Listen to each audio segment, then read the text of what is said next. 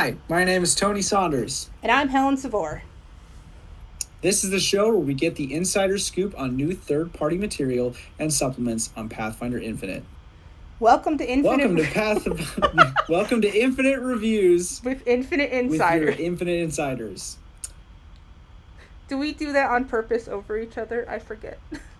I don't know. Today we are here with Arkon. Hello, I'm Arkon. Thanks Hi, for joining. how you doing today? Oh, I'm doing fairly good for a couple of reasons. Oh? One of those being that I'm here talking to both of you. Oh. Hey, we're glad to have you. Yeah. We're super excited to talk about the Archivist today. Arkon Archivists. It's gonna be hype. And I will go ahead and tell people listening, I did get a peek at this before it became official. So I knew it was coming, and I was already excited based on some of the stuff that you told me. Yeah, So, yes. How can you set the stage for us, Arkon? Why don't you tell us a little bit about what we're gonna wade through today? Mm-hmm. So, the Archivist was my fourth class that I've made on Pathfinder Infinite. It's also the first one where it didn't really have a source. With my previous three classes from different editions, I could kind of point at and say, I want to do that in second edition. Archivist was the first time where I, made my own thing, and being Arkon of Arkon's Archive, I decided to make the Archivist. I thought it was a prudent place to start. Is he your iconic? Is the cover? Arkon? Yeah. So something funny about that cover that I don't think I've told anyone. Oh. The face on that character on the cover of the Archivist, it looks so similar to one of my cousins. Oh, really? Like the features, the facial hair. Every time I look at that, I'm like, that's my cousin. That's crazy. Oops. Well, I'm not gonna lie. I mean, your cousin must have dope facial hair then, because that is seamless. Like, good, well done. Yeah. Good for your cousin. I guess I should say the Archivist is a full caster in the same way that a sorcerer, a witch, or a wizard is. They're 6 hit points, intelligence based. They pick their tradition based off of their subclass called a genre. Okay. So yeah, like now that Helen's kind of showing us a little bit about what's going on here. So I noticed some interesting things, and so I'm hoping that maybe you can shed some light onto maybe what the thinking was here. So one, I see it's a pick a tradition, which is pretty cool. I do like pick a traditions. Like I do like witch, I do like sorcerer a lot. Genre, I'm sure we're going to get into that. The skills, coming in there, that's interesting. But I guess the big draw was perception being expert and fortitude being expert. So those, I won't say they shock me, but they do raise an eyebrow. So maybe can you talk a little bit about what decisions went into, like, how did you decide on this rock on which to build, right?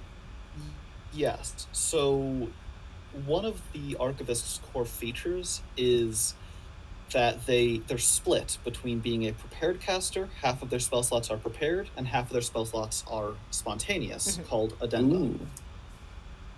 And the way that they learn those extra spontaneous spells, as opposed to just getting them like a sorcerer or a bard, they need to learn them throughout the day by using the feat Recognize Spell.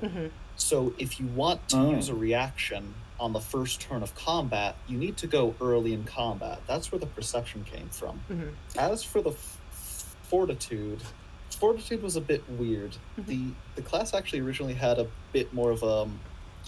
Are either of you familiar with SCP? Yes, I'm a big Probably fan. Not the right one. I'm it's funny, I'm blanking on literally all of the popular ones right now, but I think SCP, the Plague Doctor, was probably like my favorite one to read about. Yeah. But they're all pretty cool. It's a cool book. So anyway, SCP. SCP. So the idea was that while a wizard is like in the lab, they're studying stuff in a very controlled environment. The archivist is kind of the field scientist. They go out and they get in the muck and they, dig for different kinds of animals. But also, due to one of their features being a sentient book, they kind of need that. They can't have that will. They've already kind of, I don't want to say lost the battle of will, but they definitely aren't the person who has legendary and will saves. So I decided that they are like how I would picture an SCP doctor, a bit more hardy, a bit more durable than your average scientist. Yeah, I think that makes a lot of sense. The field scientist approach is definitely, I can see that. Like, it's interesting to hear you kind of frame it that way. The perception, I thought, honestly, you make total sense there, but I thought you were just going to be like, well, they read all the time. And then I was going to be like, yeah, that tracks. That makes sense. So it's like, don't need reading glasses. Super good at it. Yeah, I would expect archivists to need reading glasses more than anyone, as someone who also fair. Someone who needs long distance glasses to read a book more than 2 feet away from me. Oh. Oh no. My eyesight is notoriously bad. Sorry. Oh no worries.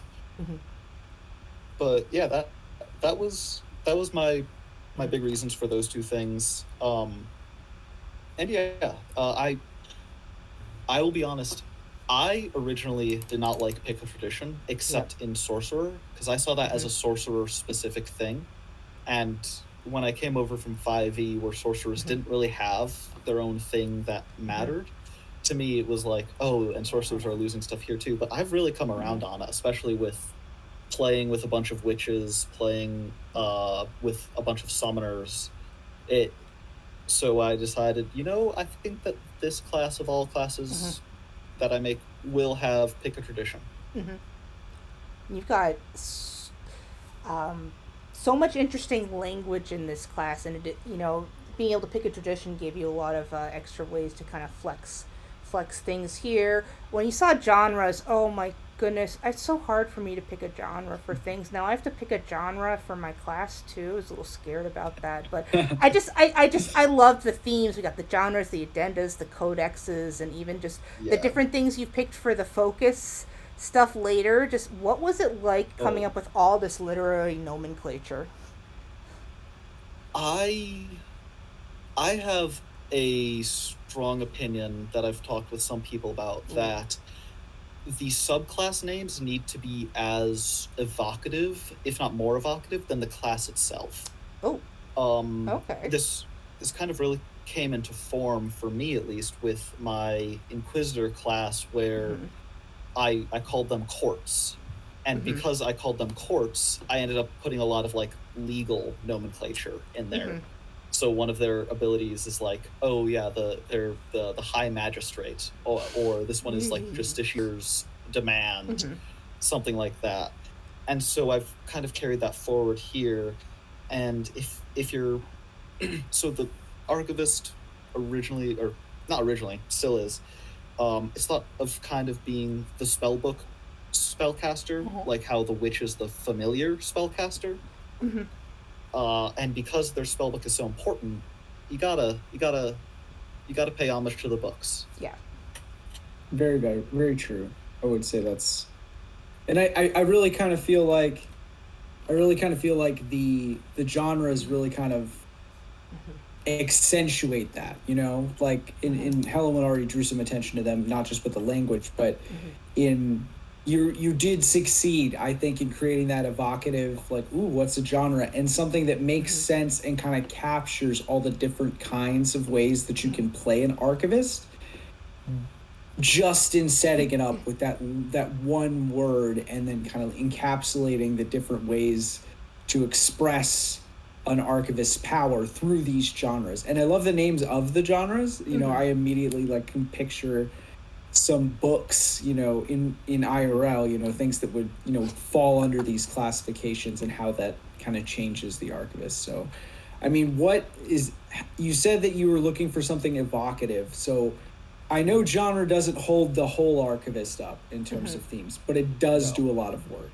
So what was the, I guess, design goals with genres in particular, and how do you think they help express the Archivist, play style, if you will? So to me, genre is a bit like a patron theme, where because the Archivist draws magic power from, they have a sentient book called a codex that they draw power from. I wanted it to feel like this isn't just a book. This isn't a blank diary that you just found off the street. This is a sentient book that records stories from a specific point of view. So, like the horror genre, which I need to be careful saying in case I accidentally miss that last syllable. Gotcha, horror. Is, it's all about fear and monsters, and what are horror stories about? They're cautionary tales, so it's about being cautious, and that kind of is reflected in the feats that horror archivists can get, where they aren't aggressive, they're actually defensive in what they grant the archivist. But for genres, I wanted, one of my favorite things is describing a character who casts like magic missile in a really unique way. I once had a character who cast magic missile, and they were I think like knitting needles or something like that. Oh, and that's cool. And I've had a friend of mine who casts magic missile, and they are like bouquets of roses that just fly into someone and bonk them on the side of the head, because that's in their character. And I want to provoke that same reaction. I don't want a codex to just be, this is my codex. I want someone to say, here's my codex, and it's like the book from Nier Automata, or it's like the Ogma Infinium from Skyrim. I mean, I think that's a pretty good.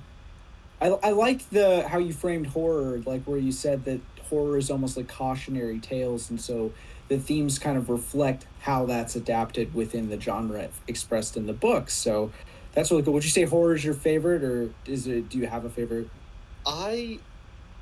It's hard for me to think of a favorite. I go between folklore and romance, actually. Folklore, because one of the interesting things when each genre gives one spell at each level that are always in your addenda, so if you aren't fighting any spellcasters, or if your allies aren't any spellcasters, you can still use those addenda slots. Good call. Folklore, you really realize when you think about fairy tales and fables how much folklore is like straddling that line between like primal stuff of, you have Goldilocks and the Three Bears, but then you also have rabbits being turned into goons, and you have the scorpion and the tortoise and the hare, which is a spell that they get. How much that kind of crossover is, where it's like it's as much curses as it is primal. And romance I really like, just because I think it's probably one of my I think it is the one where the spells came to me the easiest, because I could always just think, I could imagine a romance book being written with like this as a central theme. Also, it's a cult, which I think is a really interesting reflection of how magic works in the system. It's not, a cult isn't about like summoning demons, it's about connections between people, and sometimes it's connections between two people. So it's funny, because I know I asked you this when you were in the development phase, but I remember it raised an eyebrow again when I read it, just now on the screen once more. So Vampiric Touch, is that romance? Yeah. Is that how you see that spell? I think these each corresponded to a different romantic story, or like the phases. of romance is how you explained it to me, which I actually thought was really cool. So do you remember what the thoughts was there? Yeah. Each one is supposed to be kind of referencing a different subgenre of romance books. Oh, okay. So Thoughtful Gift is kind of more basic, just romance giving gifts. Shield Other is romance in a Ken Love Ken Love flower on the battlefield. Mm-hmm. Mm-hmm. You're defending the person you love. Vampiric Touch, as much as they are made fun of, vampire romance is insanely popular. I was going to say Twilight made its debut, money. I suppose. Twilight made its debut. I won't say anything about Twilight because I've never watched it, but Vampiric Touch is my homage to vampire stories, as well as partially sacrificing something for one that you love is another idea that could be sent there. Other ones like Sending is long distance romance. Time Beacon is a character stuck in a time loop trying to perfect. I think that one was that thought actually was directly inspired by Life is Strange, where the main character has to time loop to either choose between the one they love or saving other people, and so on and so forth.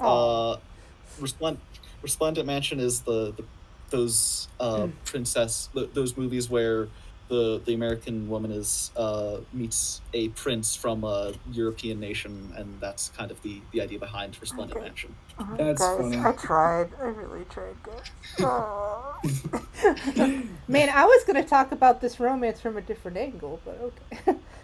No, please do. No, I'm sorry. I shouldn't be like. So it's funny. So I was doing some just extra writer education today, and we were talking about how the romance formula in non-romantic fiction and how important it is to capture. It's about connections, and how even in a story it's about something else. How people just like stories about people who are connected to other people, and how just getting very good at being able to just, at least having two people that are connected to each other. So I thought it was about that. And I totally missed that you were riffing on all kind of the classic subgenres, so it went right over my head. No, hey, I mean, I will take it as a compliment that I managed to make something that can be interpreted from multiple angles that are, understandable from all those angles. Well, there you go. I think that's the show of brilliance, right? If it can be interpreted different ways. So I think mission accomplished. There you go. Well, I will thank you for saying that. Okay. We spent a little time here, but I wanted to talk about some of the different features that you have. There's a couple of different focuses in addition to the genres. One of the trees in here is around counterspelling.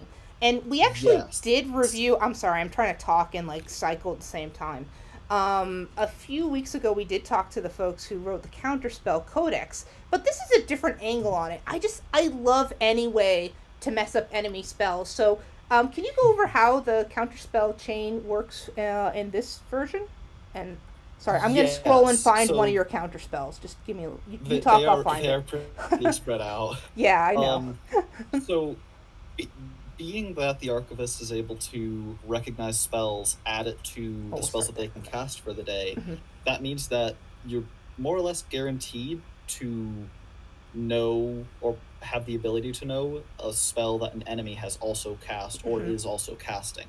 If you're fighting an enemy who can cast Fireball, if they start the combat by casting Fireball and you recognize it, suddenly you can counterspell that for the entirety of the combat if you want, because it doesn't quite have the same restrictions that a wizard or a sorcerer would have, where you have no clue what spells your enemies are going to know when you take that feat. Fireball.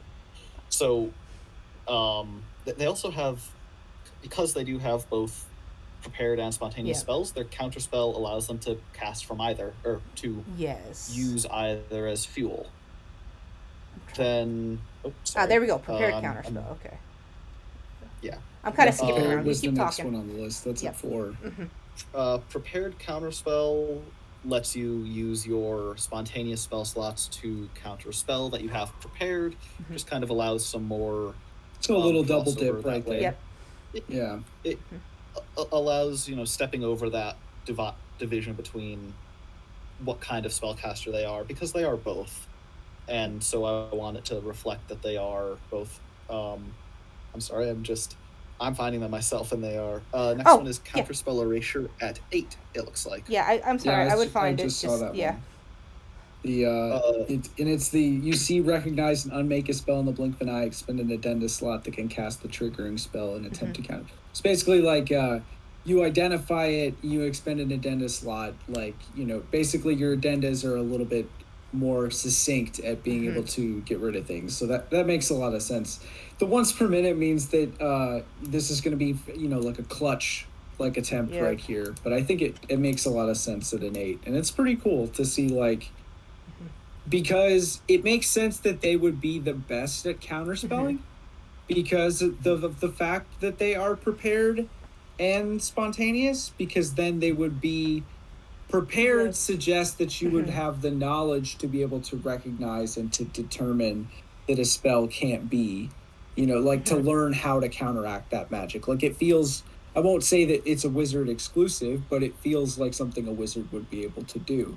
But then a sorcerer has the ability to always have the juice, right? To be able to counteract spells because they're spontaneous.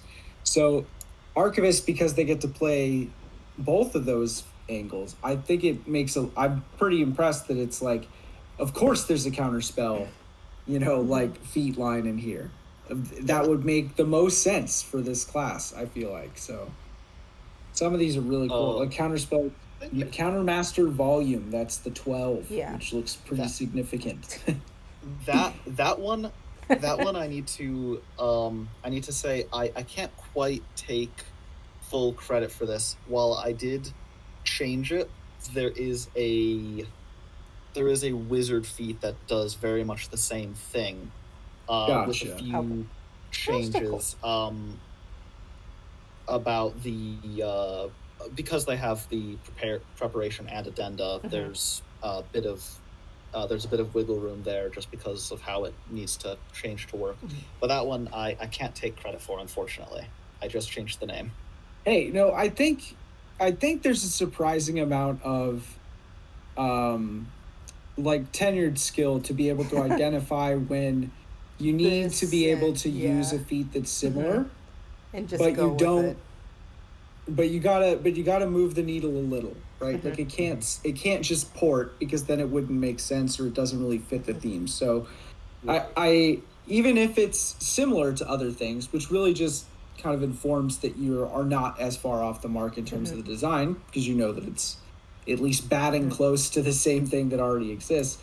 But giving that touch of difference, like, I think that's better than just reprinting, right? Like, in my opinion, you're adding new things to the game from that perspective. So if you aren't keeping mind of the differences between what you're making and what is made, and you just kind of recklessly just grab from something else, there's going to be tears, there's going to be seams that are very obvious, and I don't like that in my work, at least.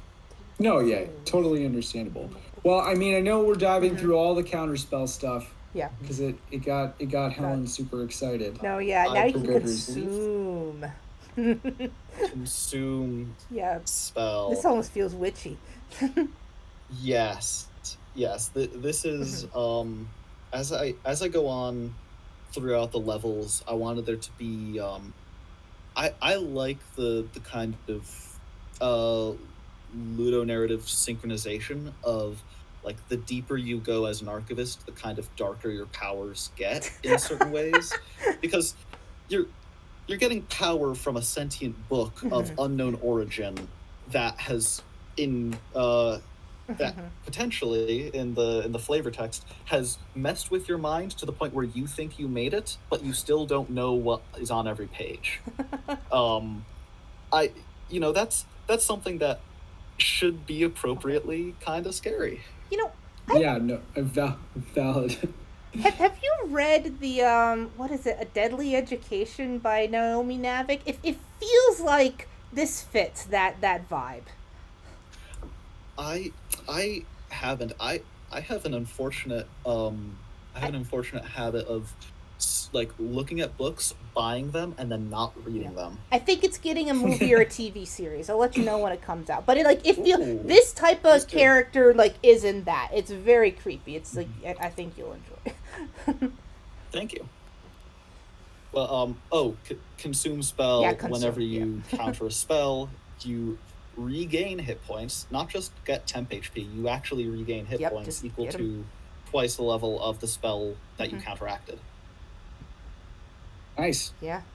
And I mean, I'm sorry. Then, there's more, but I think it's Reflect the last one, or I believe Reflect is the last one. Yep. I think so too. Yeah. I don't think there's any 16, 18, or 20.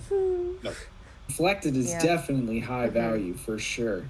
Yeah. But I feel like if you've crossed the threshold of 14, like it's probably reasonable. Yep. I had a player use Reflect spell against an enemy meteor swarm in my last session on Monday. Oh goodness! Oh. How did it go for those? How did it go for the enemy? I gotta think poorly. It went better for the enemy than they hoped because the enemy was immune to the fire damage. Oh. Well. Shame. You win some, you lose some. But hey, at least the badassery of reflecting it, pretty good. Oh, right? yeah. You know. Just I'm rubber, you're glue on a meteor. I mean, there's few more epic image. There's a little more epic imagery than just bouncing a meteor back at return to sender. Yeah. No selling the meteor swarm, pretty value. So. Yeah. Well, so we've gone through the counterspell line, so I think I want to take us all the way back to the beginning, because as soon as I see the word familiar, I just immediately break down and start thinking of every possible familiar that I could possibly move into this concept, like, instantly. And I do love the idea. Yep. First of all, like, if I ever get a chance to be a player, Forever GM, cry. Yeah. And I'm getting to play an Archivist, for sure gonna have a familiar, and the grimoire, like my codex and familiar, they're not gonna get along. Like I've decided, like they're gonna be not for like, you got to, you can't they can't be friends, obviously. So here's the question: is which one's the angel on your shoulder and which one's the devil? Oh come on, they're both devils. Book's gotta be the devil, right? Like I mean that's like guaranteed, like. And the book will be proud, like the familiar will be like, I'll be like, bring the codex over here, and the familiar like tries to pick it up, and it's like, no, get off, and like there's, it's like, put me down, you vile creature. But I was trying to think of like, okay, so you get to pick your familiar, barring specific familiars. I was trying to think of like what animal would I be picking, like because there's a lot of different. My wife is super obsessed with this owl that's not really an owl. It's called like a ghost owl or something. So that's the latest fad there. It's very creepy looking. Probably great for a horror archivist. But what do you think fits? What am I putting in the library? Well, talking about archivists, talking about libraries, I think we need to go to Once Upon a Midnight Dreary. And with a raven, but you know what I think would be really interesting. One of the genres is strategy, and I think that one of those like night snails from those old medieval books would make a great familiar for an archivist. I love that. That is so. That's a great idea. Alternatively, I just thought of this, but I think a moth would be interesting, just because they're, dusty old tomes, moths. Yeah. They kind of go together. And that's. I'm going to come back to the snail though, because that idea that's meta. That works on so many levels. Because they're like slow, and strategy is about planning, and so like I feel like I don't know, that just works for me. I love that. That's really slow cool. and steady wins the race, man. Yeah, definitely. Is it cheap? I want an origami animal familiar for my book so I could just fold out of it. That's also that's brilliant. cool. That is also that, Oh, I didn't publish that yet. Oh, familiar, shoot. I didn't publish it yet. You're familiar with doubles as a bookmark? Yep, something like that. Yeah, there you go. Like, that needs to happen next. It's somewhere on this computer. Sorry. Also, another quick thing about genres. I wanted to leave myself open because I thought of a lot of genres that could potentially be used here, and I wanted to leave myself open to being able to expand into other genres. So, I didn't want to lock myself out of that. But I chose the ones that I thought were best, and I did the best at picking their spells. So that is just a quick aside. Okay. Oh. Yeah, no, I definitely ripe for expansion. Okay. If we give time at the end, we'll ask what other genres you're thinking. Okay. Now I'm curious. What is one that you did? Was there any one that you had to cut from the genres? Yeah. So, I know that Tony, you saw the original version, which was very much wrapped up in stuff that I did for my own campaign and would not make sense anywhere else. Where it's not worth discussing that because it's probably not going to make sense anywhere but my own table. But one of the ones that I really wanted to do originally was like epic poetry, like Iliad, Odyssey, Aeneid. That's a great one. That kind of stuff. Another one that I was thinking of was this one didn't get very far because I thought that it would be difficult to do, but like propaganda, where you basically just have a book of propaganda. I mean, that would make a great Firebrands expansion. I'm just gonna throw that out there. Like, that would Firebrand Archivists, like propaganda. Like there you go. That just a never-ending pamphlet book. Just throw out there. Exactly. You're just like leaving pamphlets on everybody's doors. My goodness. That's awesome. But those were the two that I was really thinking of. But propaganda didn't even get to the point of being written down in the possible possible genres one. It's just one that I wanted to mention because I still kind of want to do it. Okay, well, that would be nice to see sometime. Oh, sorry, yeah. No, yeah. I mean, I was going to say, like, sometimes good ideas get cut for reasons, that just happen. Sometimes that's just how it goes. How it is with writing, so... of course. But maybe the propaganda, genre, I don't know if there's it's a genre in a maybe a literal sense. I don't know if it's I don't know that anybody ever chooses to go. That would be interesting if propaganda like almost pretended to be other genres. Oh, like and then cursed. that was kind of its thing. Kind of crept up on you. You're doing a dangerous thing here, Tony, where you're giving me ideas. Yeah, I know, right? But like, it's a good idea, though. Like, propaganda as a concept. Oh, like, Brian, exactly what I was thinking. Useful in the election subsystems. We're strong together. That would be very useful for the adventure that we're. Arkon, you're gonna have to help us rewrite the election subsystem with the propaganda stuff now. Easy. It's funny. Give me a few days. I can see Artemis, the character that I'm playing in that campaign. I could easily see Artemis working as a propaganda archivist. That would be totally. That would not be out of his wheelhouse. I will say that. So give me I'll get you an early version of that after AIM. So if you maybe want to archetype into Archivist. Oh man. That's true. So many arcs. So people think Infinite Review is about us telling you all about products, but it's really us trying to build new characters. Sorry, folks. That's the footnote every time. And me convincing them to build new characters, or us, me in this case, but the people that they're interviewing so specifically. Much fun. Yep. I'd just like to say it was a genuine consideration of calling the Archivist spelled ARK, not ARCH, but I thought that it would be too... I don't know. I don't know if too cute is the right term, but I felt like it would be too like self-referential. Yeah, you're getting fresh. I get you. You were. I don't know. You're so good on brand. You could have done it, but I get why you didn't do it. In another parallel universe, I think you did. Yeah. You just got to start putting the sneaky K in all of your classes. Mm-hmm. You know, Warlord, just turn the K, sideways and call it the W. And it's just like, we'll just put it everywhere. Yep. Perfect. The Arkon K. Actually, you've given me too many ideas. That's always the goal.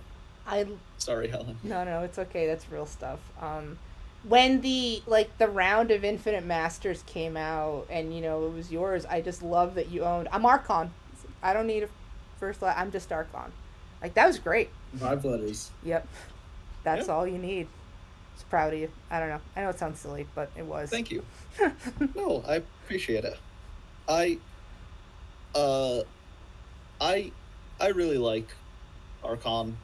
Just the name mostly. It's a good name. Obviously, since it's mine, but I think it's short enough that it is very recognizable as just belonging to me, I guess. Mm-hmm. I would say so. I don't know any other Arkons. I think of you every time I hear Arkon, so I don't know that I'll ever. Yes. Yeah. Even though there's like an Archon Arkon, I think if I heard the word Arkon, I would think of you instead of that word. So that word and the fact that there are Archons with a CH, is the reason why Archive is also spelled with a K. Mm-hmm. Just to really reinforce I didn't misspell this. No, I'm doing this on purpose. Yep. Very on brand. Apologies, I got us way off track. No, this is what this is about. It's the conversation. We're diving it in. Yep. Okay, but we'll track a little bit. Like, I see Tony flagging me down over here. Okay, so another nice track I liked in this is any purpose book, and what comes from it. Your codex doesn't just store spells; it's a formula book. And as we went through, you could start building catalysts too. So that was a really interesting take. What did you imagine the Archivists would be doing with these catalysts, or what else did you see them crafting? So, what else I saw them crafting? Actually, one of the things I saw them crafting was actually origami. Really? Oh, I would have given you origami. Yes, I absolutely thought that one of the things they would do would be origami, because they have a book full of paper. They might as well, take a page here or there, fold it together. I think that would be a really neat thing. Arkon, what's your favorite origami? I will make you a picture of it to put in the next edition of the book. I think the origami lizard. Oh yeah, the lizard's classy. Okay, I gotta go make a lizard. I'll make one maybe classy. Tomorrow. Okay. Thank you. Okay. I'm sorry. I'm terrible with names of items. Which you will know if you ever play a game with me. That's fine. But yeah. So I found spell catalysts to be such an interesting and not explored idea, and then suddenly I'm making a class that is kind of all about having just a stupid wide variety of spells that they can just learn at a moment's notice.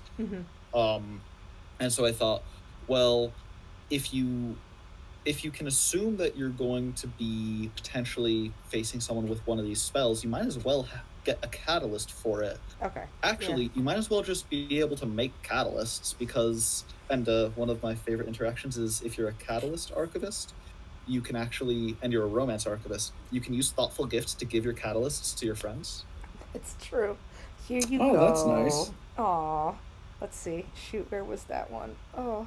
Me and Sola actually talked about that when we were talking about a fellow player in a game. SLH, shout out. Nav is awesome. So you did say that you're not good with names, which I find very surprising, because I love a lot of the names of these feats. They are really good. Like, you got Once Upon a Time, which is a trigger roll initiative free action, by the way.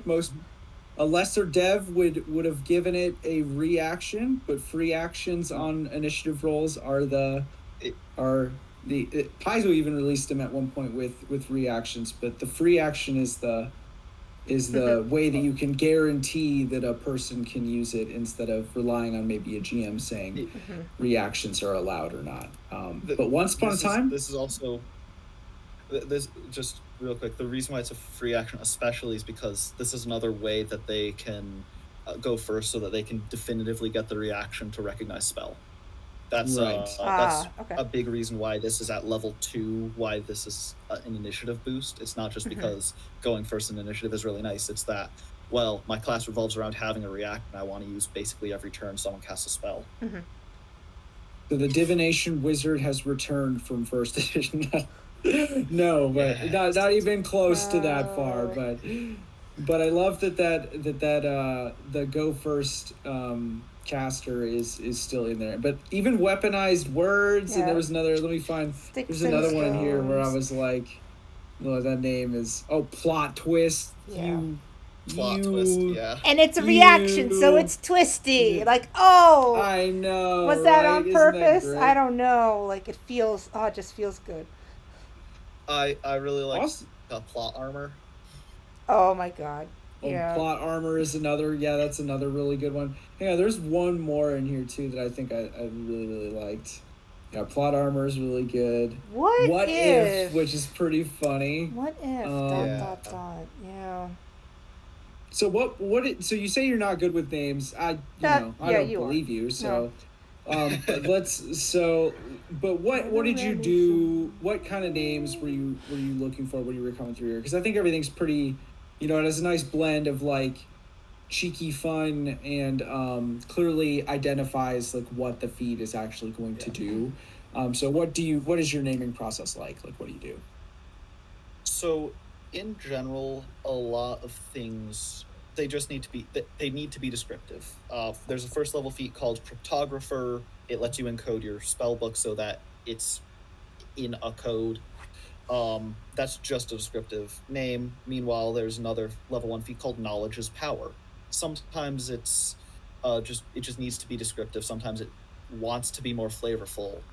I don't ever want someone to just glaze over a feat because they see that it has a boring name, especially not one of the feats that are meant to be like, hey, look, here's a fun flavor that you can put in your character. So when a descriptive name, I find that a descriptive name is needed for a bit more complex effects. That makes sense. Yeah, like Catalyst, Archivist, it has a lot of words in it, so it has a simpler name. Meanwhile, Once Upon a Time, it's a very simple effect, but it really gets you into kind of the thought process of being more creative with this, where you could actually have your Archivist open their codex, use the free action, and say, "Once upon a time, you and I fought," and it plays into what's happening. I also for the ones that are closer to stories, closer to like storytelling terms, like plot twist, like plot armor. I wanted them to kind of reflect how those I guess cliches or elements are used. So, absolutely. Tropes. So like, yeah. I want to play into tropes. That's why plot armor makes it so that you have the anime thing of holding on just long enough to get that one super attack out and then falling down dramatically. Yeah, I definitely feel like that you kind of addressed like one of the things I think really just hits the nail on the head. Like, if it's got a lot to say and it's got a lot for the player to understand, going simple on the title, that's just kind of information versus something that's pretty much speaks for itself, but you're trying to give like the vibes of like what it's going for, those fun names. I mean, I think that's a really strong approach to designing feat names and even just feat cohesion in general. So kudos there. I'm good. I won't say that it's super different from my own philosophies, but it's definitely something I'm going to consider, like when it makes sense. That's going to be a check that I'm going to, mentally try to remember myself, so that's a good, I like that. For those out there, I agree with Arkon as well. I think everybody should be taking that approach to feat naming because it's smart. And a quick aside is that there's a couple of feats throughout called like Book of X and Y or Tome of something. That is meant to mimic how that's meant to kind of mimic grimoires, because these are the feats that really show why your codex has grimoire trait, is that it edits spells that you have prepared just by them being in that codex. And awesome. So that's why some of them, like of Theory and Knowledge, is a reference to one of the high school classes I took, Theory of Knowledge, which has lasting scars on me. Sorry. So, well, you brought up the book feats, and I was going to touch on this shortly thereafter, but I really feel like the genres come in with a lot of definition already, and like themes even just with their addendum list. But I really feel like if you're trying to kind of like really lean in to your genre and like express what makes the Archivist like different when it uses its genre, that these feats are kind of like really the place to do that. Like I love going for the subclass feats in general. Like I find myself on rogues, on Magis, I'm always doing that. But I guess the thing that I find the most interesting about this is, even it being a full spellcaster, I feel like you can get a pretty diverse perspective on the class by picking two different directions. So what would you say if I wanted to pick polar opposites in terms of genres, and I'm leaning in on these feats, to fill out my genre? What would be the starkest contrast? Like, what build role could I do with, like, maybe say, like, is it like strategy and then academia, or is it like philosophy and horror? Like, where do you think the widest divide between character concept is in that subclass? I think it is. I think philosophy and horror, or philosophy and academia, I think that those are probably, like, mechanically, just because of the spells they get access to, probably the most different. Philosophy wants to heal and wants to be more utility, whereas academia wants to be utility in a very different way. It is kind of about actually going out and doing that stuff, whereas academia is about learning. It's very much about learning. But one of the interesting things is that horror and romance, the two occult genres, horror kind of wants to turn you into this monster, not a literal monster, but it wants to turn you into something that incites fear among your enemies. A lot of the spells are about inflicting fear, and it makes you stronger, it makes you more durable, whereas romance is all about helping your allies, helping other people. It's very maybe not passive, but it's very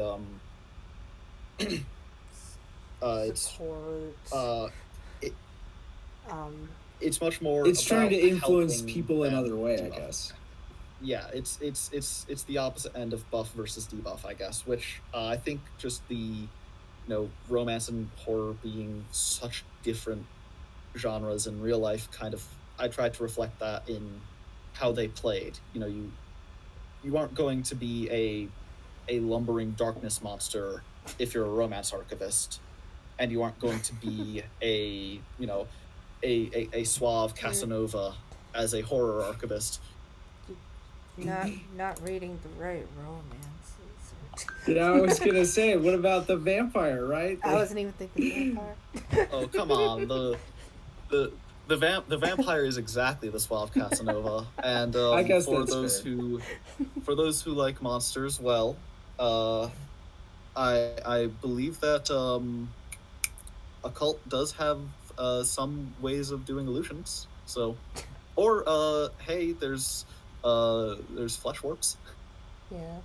Also true. There is an Yeah, I was aspect gonna of say- occult that does overlap with romance, or maybe another area of romance, but that gets a area of stream we I don't was want to gonna go say to. maybe that's a genre that doesn't That's, get printed in this book. I don't know, probably or not. maybe it is. I'm not Certainly not available I- on Pathfinder Infinite, so you know. Currently not available on Pathfinder Infinite. Yes, you need to turn incognito mode on for that one. That's yeah, that seems reasonable. Sorry, we off. Shoot. Oh, sorry, I derailed it. Oh gosh. Do I get to put it back on the rails, or did you have something else to say before I? Nope. You know, I'll Please, put it put us back on on the the rails. I am so sorry. Please. Okay, so we've been talking about all the great feats, but hey, you know, there's all these focus spells that are associated with the different genres. So I wanted to say that these focus spells had a much more novel take on metamagic than some of the other ones I've seen. But so what were some of your Finger favorites I love that. here? Oh wait, there's soundboard. I think my favorite one is. This is another pun. It's novel perspective. Yeah. Which Scroll, I will scroll. say the name came before realizing it was a pun, but Uh-huh. then once I realized it was a pun, I had to keep it exactly that. Yeah. Novel perspective is unfortunately it's broken across two pages, but when you all of the one of the big themes of Archivist is that it's metamagic because they spend so much time dealing with spells and learning spells. They also in my mind, that is why they have an easier time changing them. So all of the focus spells are also metamagic's focus spells. And novel Very perspective literally gives someone a new and or improved sense. You can give them the ability to have imprecise scent or dark vision or imprecise tremor sense with of 10 feet, or they can see through weather conditions perfectly fine. And at higher levels, they can even give precise scent or greater dark vision or greater range on their tremor sense. They legitimately just get a new way of perceiving the world. And that's, to me, what philosophy is all about, is changing the way you see the world. Okay, so this is the wow. philosophy this spell. is the philosophy so that one. I did not. That makes a lot of sense. Oh man, that's deep. So I guess to touch on something you said, so these are all of the focus spells are metamagic focus spells. And Yes. I think that's particularly cool because so it's not the first time we've seen a metamagic focus spell in Pathfinder 2nd Edition, because the bard actually gets some metamagic focus composition spells, I think. Lingering composition is the big one. Yeah. So I think that it's interesting that you saw a vector for writing new material that not only existed, but was severely underutilized and kind of ran with it. Like, I love that that's the direction. And in a way, I feel like even though some might consider, like, for instance, the wizard to be very metamagic heavy as a class, I think even witch gets exclusive metamagic spells. So it's not like wizard has a lock on it.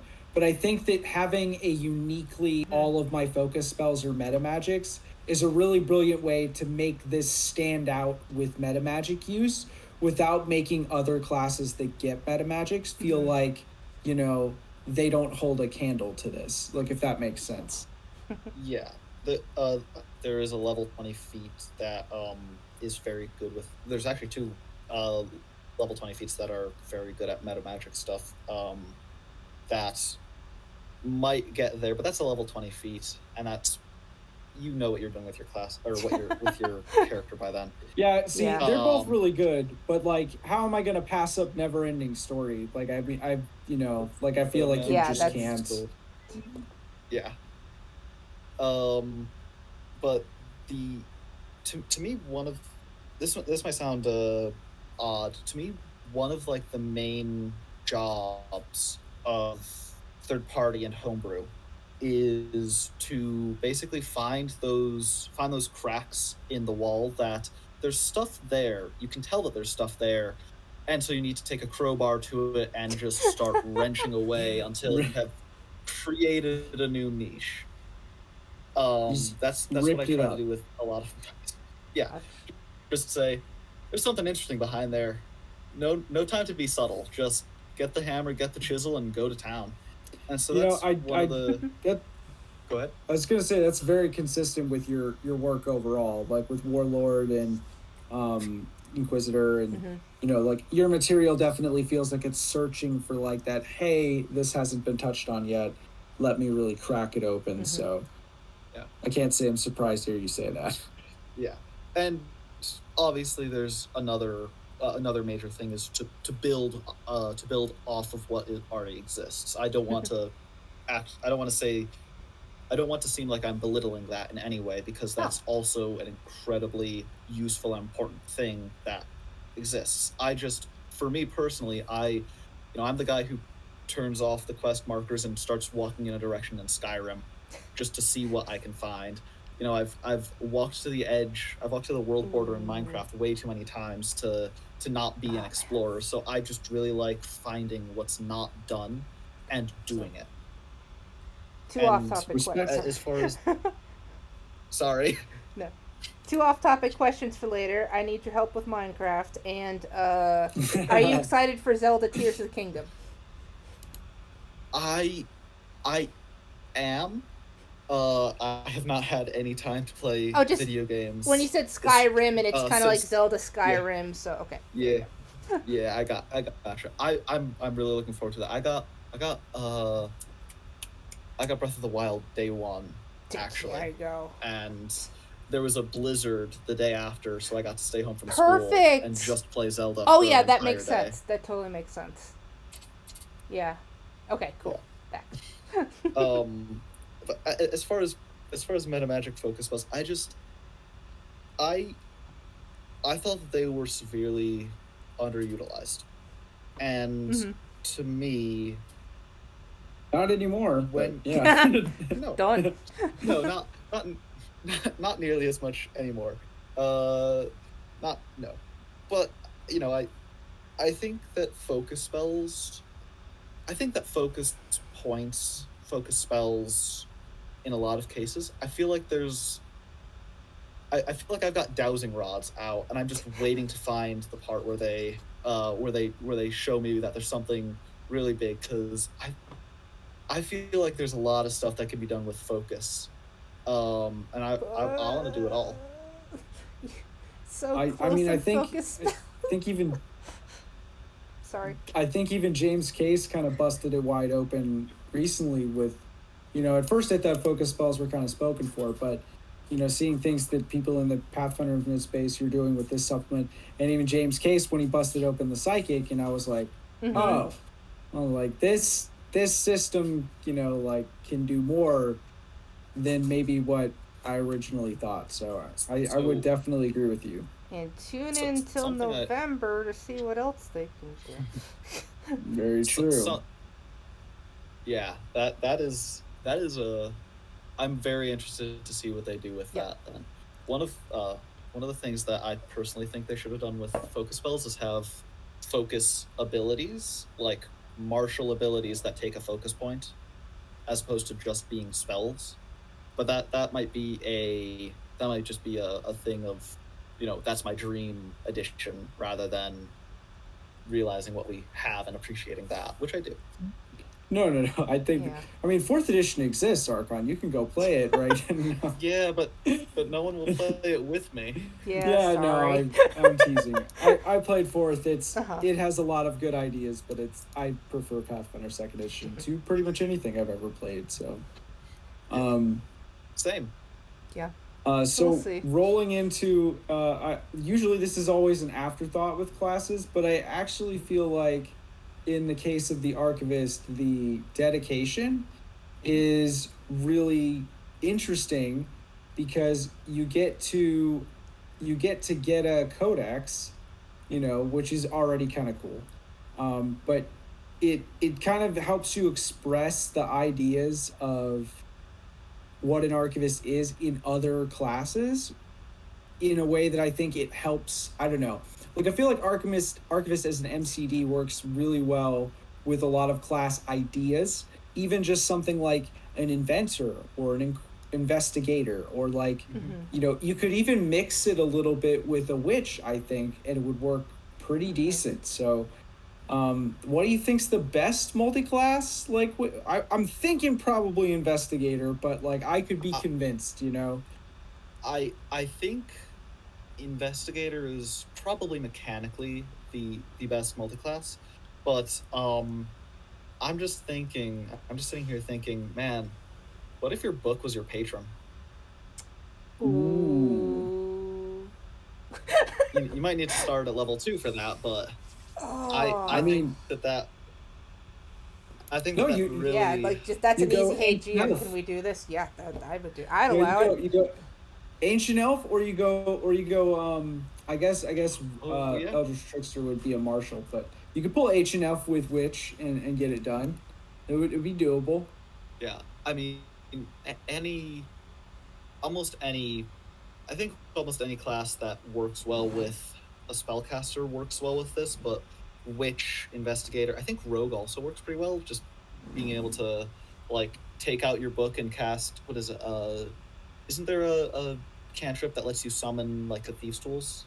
Or am I misinterpreting instrument as not being an instrument of I would usage? Probably allow that just because that's some next level arguments, but are they not instruments? And I'd be like, you know what? Yeah, they are. Like, but I think Rogue pairs well just in general. Even if you pick Mastermind, or if you went Trickster, like you could definitely. I mean, you could have it right out of the gate, you know. But and with all the storytelling Archivist is doing, Bard is a natural progression. The idea that separates the two is that the Archivist is the person who writes it down, and the Bard is the person who tells the story. That's kind of the almost like inverse. Yeah. And there is a difference. The line I drew in my head. That's a good point. Yeah. I like it. Well, I did have a question to ask. You know, I've been flipping back and forth through this so many times and not hesitating enough. The art, I really love all the figures that are in here, and I'm going to go slower now. So, Arkon, who are the artists that did, you know, these figures, these beautiful archivists throughout? So I think the archivist on her. Yeah. She's just especially. oh my gosh. Look at the detail. Like, first of all, that hat is amazing. You know. Yes. We got a lot of good art for this book. This is probably one of the prettiest books that I've seen for just art wise for those characters. Or at the very least, probably at the very least, of the things that are part of Arkon's archive, it is easily the prettiest. That witch, that archivist, was made by Rose Lyceum at ROSCLYSIUM.card CARRD.co. Looks like Helen's getting that dropped in chat for us. So. Others, there is, at one point, there is a blind archivist who is using a Braille codex, which I really loved. Is that what's going on here? Let me see this. That is what is going on there. Wait. Which one is the? Is it the one beneath? It is it's the one with the glasses. With the dark hair and the glasses. The dark hair and the glasses. I did not put that together. That makes so much sense, though, because they're not looking at the book. I just thought they were so cool and just knew it. Oh my god. Oh wow. That is by Aaron Z. Anderson at AaronZAndersonIllustrations.com. Wonderful. Specifically, that one is from their book Limitless Heroics, or their bundle, I think, Limitless Heroics, which features a lot of differently abled adventurers and heroes, and even I think there's one with a sphinx with a prosthetic leg. Wait, which is really cool. You know, I need a sphinx. I believe That's so. Awesome. Shoot. I was looking for a sphinx. Okay, offline. Sorry. And a bit above there is I believe either orcish or yeah, who's a little green going who's going glow eyes is about to cast I'm gonna call that lightning bolt. Okay. That is by Cam Turner Art. Okay. At camturnerart.com. Mm-hmm. And those are the 3 artists for Archivists, and I thank them very kindly for making their art available for us to use. I mean, I will say, I won't say that that the book doesn't deserve it, but you are definitely spoiled for art in this. These are great. These are great pieces to go with a really awesome class that honestly feels right at home in a game, and just really takes advantage of systems in it with exploring counterspelling, tackling focus spell metamagics, bring in a new vibe with the intermixed prepared and spontaneous. I really feel like Archivist walks a very fine line, but it does so very gracefully, and I think it is a really strong addition to any table. So you should be super proud of yourself, Arkon. I think this is a great book, and I mean, Eldritch Osiris games, they do love to pick up your work, but they put together a lot of really cool stuff. So when the result looks like this, I am very appreciative. Totally understandable. So I know that you're a very busy person. You're kind of catching fire, Infinite Master. So what do you have going on in your future? What is next for you now that Archivist? Because I know you've always got new ideas swimming around. So what's coming next for us? So I'm finalizing and tweaking with a archetype I've been working on for friends, an Infinite Master called the Dare Chaser, bringing it back from first edition, which is a archetype all about making dares against yourself, or at later levels dare allies to do something very boastful, and getting benefited for. If it was not clear, this is a archetype worshipping the pantheon, the divine dare from Firebrands. Ooh. Sounds like there needs to be a Firebrands book. I'm just waiting for this and the Grimoire, propaganda expansion to just get loaded into an Infinite Master title. So it's front page is literally on fire right now. Beyond that, some people may need to take a cut. Some people may be happy. I am working on my next class, called the Invoker. Which wow. You know how I said I wanted to do stuff with focus spells? How do you feel about a who has 0 spell slots and only focus spells? I love it. That is their main source of attacking. They have martial scaling even. Okay. I am very excited to see that, because oh man. It's that is something. It's kind of staring everybody in the face, but it's not. Nobody's really kind of attempt. I mean, I guess you could say champion a little bit, right? Because they start with lay on hands. They are a martial that gets a focus spell. But if you really dial it up, and I'm kind of thinking, it sounds like you're probably going to go maybe using focus spells as often as, say, like a psychic. So, but I'll wait till I see what you come up with. I hope. I usually get a sneak preview of your work, so maybe I'll get one of these. Yes, and I will of course send a sneak preview to either of you if you are so inclined to ask. I will probably do that. Thank you. Absolutely. Of course. Okay. Well, I guess. Yeah. I guess the last thing is I'm working with a little group known as Team Plus. A little group, huh? Is that what they are? Team designing. Just work on those adjectives. Just consistently the top 5 out of 5 people on Pathfinder Infinite, their products, on a expansion known as Core Plus, specifically Archetypes Plus. Which, I gotta think that those people over at Team Plus are very, very lucky to have you, considering your skill set, and knowing what you can do with archetypes. I'm just a faker. I don't believe that for a second. Goodness. You guys are That's so why funny. we were very excited to work with you. That's awesome. It's great to hear you're on that project, and I'm so glad that Tony and folks brought you onto that project. So can't wait to see what comes out of it. I'm very glad that I'm on that project as well.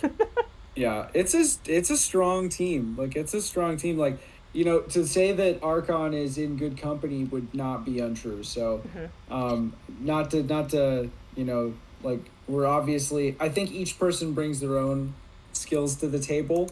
That's what in terms of their experience, but obviously Arkon Infinite Master, on which class is this, number 3 Arkon? Is that, or are you on 4? Thor, right? Brawler. Inquisitor, Warlord. Don't make me bring this up. And then Archivist, as well as a few, an archetype here and there, and I believe this is your 10th Infinite Master product on Infinite, with your credit at least. Because you have some class. It's either 9 or 10. Yes, I think it's 10. I collaborated with this swell group known as the Swell. The Swell group. Yeah, I'll say that they're also little. I'll say they're a swell little group called Teams, or We're Strong Together. That one actually is a little group, but they're swell. Thank you. One is. But actually, yes. I think you are at 10. So, because you are close to cracking top 10 most prolific with that. Really? Yeah, you are. I did not know that. Yep, top. You need at least 11 to be most prolific right now until you crack that, and then that's going to reset that number. Oh, interesting. Wow. Yeah. I mean, that doesn't surprise me. Mm-hmm. You've been rocking and rolling. I need to finish up that project. I know. That project, you guys are all going to catch from up. College. Okay, I'm sorry. So hey, is there... No, you go. No. I mean, I was just gonna kind of get us as close to wrapping up here, because we are kind of getting close to we're past our time to be with Arkon here today, which still very excited. Thank you so much for coming. Thank you so much for having me. You were fantastic. This book is fantastic. Thanks to everybody that tuned in to watch today. Don't forget to check out the Archivist class on Pathfinder Infinite. Helen's going to drop a link for that in chat, and maybe give Arkon, one of the most prolific authors on Pathfinder Infinite, a follow on Twitter, which will also be in the chat for you. And just thanks so much today, Arkon. This is a great book. It was great to sit down with you. It was good to talk. Thank you. It was great to talk with you two. It was great to hear your questions, because they really made me more about something that I made, which is always fun. Thanks. Great. Thanks for joining us, and thank you everyone who's here. And in 2 weeks, we are sitting down with Vic to learn more about the Order of the Vault. So get excited. And gosh, we got to work on our outros. So yeah, that's right. Stay hyped about Infinite products, because they're so fun. Okay. You've heard Infinite Insider. Now it's time to go out and play them. Yeah. I like that. Okay. Infinite Outsiders. Infinite Outsiders. You're hired, Arkon. Okay. Good night, everyone. All right. See ya.